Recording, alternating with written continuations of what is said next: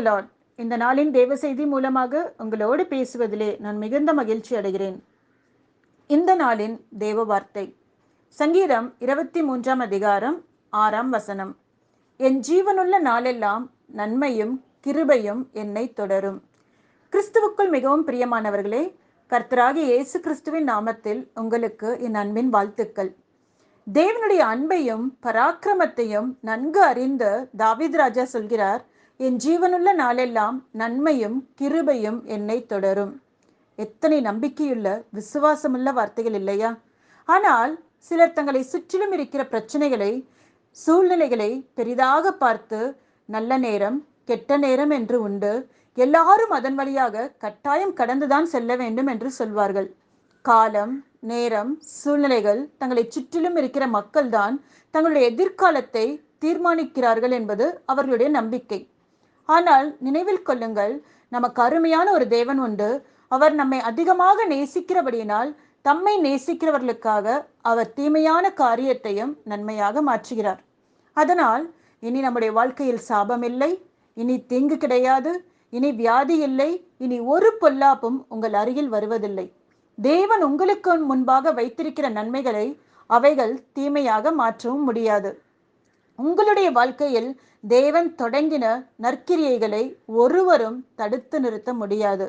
நம்முடைய தேவன் உலகத்தை ஜெயித்தவர்.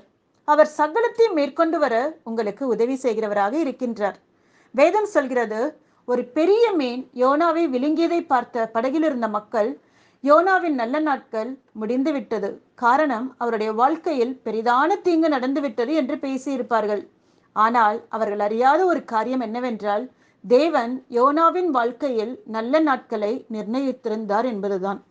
யோனா மீனின் வயிற்றிலிருந்து உயிரோடு வந்தது மாத்திரமல்ல, நினிவே என்ற பட்டணத்திற்கு ஆசீர்வாதத்தின் ஊற்றாகவும் மாறினார்.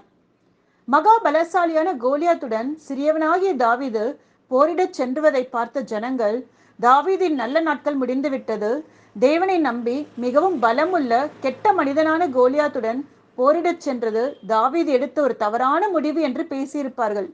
ஆனால் அவர்கள் அறியாத ஒரு காரியம் என்னவென்றால், தேவன் தாவீதுடைய வாழ்க்கையில் நல்ல நாட்களை நிர்ணயித்திருந்தார் என்பதுதான். தாவீது பலமுள்ள எதிரியான கோலியாத்தை முறியடித்தது மாத்திரமல்ல, இஸ்ரவேல் ஜனங்களின் மறக்க முடியாத புகழ்பெற்ற ஒரு ராஜாவாக உயர்ந்தார். எதற்கும் அஞ்சாத பராக்கிரமமுள்ள நாகமான் குஷ்டரோகத்தினால் பாதிக்கப்பட்ட போது அவரை பார்த்த ஜனங்கள், நாகமானின் நல்ல நாட்கள் முடிவுக்கு வந்துவிட்டது, இந்த கொடிய வியாதி அவரை பிடித்து கொண்டது என்று பேசியிருப்பார்கள். ஆனால் அவர்கள் அறியாத ஒரு காரியம் என்னவென்றால், தேவன் நாகமானின் வாழ்க்கையில் நல்ல நாட்களை நிர்ணயித்திருந்தார் என்பதுதான். நாகமான் அற்புத சுகத்தை பெற்றுக்கொண்டது மாத்திரமல்ல, அவருடைய சாட்சி யாவருக்கும் முன்பாக தேவனுடைய வல்லமையை வெளிப்படுத்துகிறதாக இருந்தது. எனக்கு அன்பானவர்களே, இதுவரைக்கும் நீங்களும் ஒருவேளை உங்களுடைய வாழ்க்கையில் கெட்ட நாட்களை, பொல்லாத காரியங்களை பார்த்து கொண்டிருக்கலாம். மோசமான நாட்களுக்குள்ளாக நான் கடந்து சென்று கொண்டிருக்கிறேன், என்ன செய்வதென்று புரியவில்லை என்று நினைக்கிறதாக உங்களுடைய சூழ்நிலைகள் இருக்கலாம். ஆனால் தேவன் உங்களுடைய வாழ்க்கையில் நல்ல காரியத்தை, நல்ல செயல்களை செய்ய தீர்மானித்திருக்கும் போது ஒருவரும் அவைகளை தடுத்து நிறுத்தவோ அழித்து போடவோ முடியாது. கர்த்தர் உங்களை கொண்டுதான் அநேகரை விடுவிக்கப் போகின்றார். உங்களைத்தான் அநேகருக்கு சாட்சியாக வைக்கப் போகின்றார். காரணம், நன்மையான நாட்களை உங்களுக்கு முன்பாக தேவன் வைத்திருக்கின்றார். கர்த்தர் உங்களை ஆசீர்வதிப்பாராக. எனக்கு அன்பானவர்களே, இந்த வார்த்தைகள் உங்களுக்கு மிகுந்த ஆறுதலாக இருக்கும் என்று நம்புகிறேன். சூழ்நிலைகள் மாறலாம், மனிதர்கள் மாறலாம், வாக்கு கொடுத்தவர்கள் வாக்கு மாறி போகலாம். ஆனால் உங்களில் நற்கிரிகளை தொடங்கினவர், உங்களுக்காக நன்மையான நாட்களை வைத்திருக்கிற தேவன் ஒன்றும் அவைகளை அழித்து போடுவதில்லை, ஒருவரும் அதை தடுத்து போடுவதில்லை. காரணம், உங்கள் மேல் நேசமாயிருக்கிற தேவனாகிய கர்த்தர் வாழ்க்கையில் முன்பாயிருக்கிற எல்லா தீங்குகள், பொல்லாதவைகளை அவர் அகற்றப் போகிறார். ஆதலால் நம்பிக்கையோடு இருங்கள். சூழ்நிலை பார்த்து பதற வேண்டாம், சுற்றி இருக்க காரியங்களை பார்த்து கலங்க வேண்டாம். உங்கள் பட்சத்தில் இருக்க தேவன் அவர் பராக்கிரம் உள்ளவர், அவர் பெரியவர் என்று மறந்து போக வேண்டாம். நாம் ஜெபம் செய்வோமா?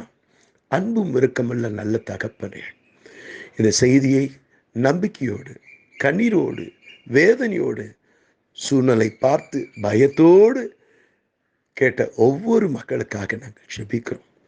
நீ சொன்னீர், உலகம் கொடுக்கக்கூடாத சமாதானத்தை, என் சமாதானத்தை நான் வைத்து போகிறேன் என்று சொல்லி, உடைய தேவ சமாதானம் அவர் உள்ளத்தை நிரப்பட்டும், அவருடைய இல்லத்தை நிரப்பட்டும், அவருடைய தொழிலை நிரப்பட்டும், அவருடைய ஊழியத்தை நிரப்பட்டும். உடைய தெய்வீக கரம் அவர்களோடு கூட இருந்து செமையான பாதையில் நடத்த போகிறேன். அவர் வடித்த ஒவ்வொரு கண்ணீருக்கு ஈடாக, அவர் எதிர்பார்த்து ஏங்கின விரும்பின ஒவ்வொரு காரியத்தையும் தேவன் இந்த நாட்களில் நீர் வாய்க்க செய்ய போகிறீர்.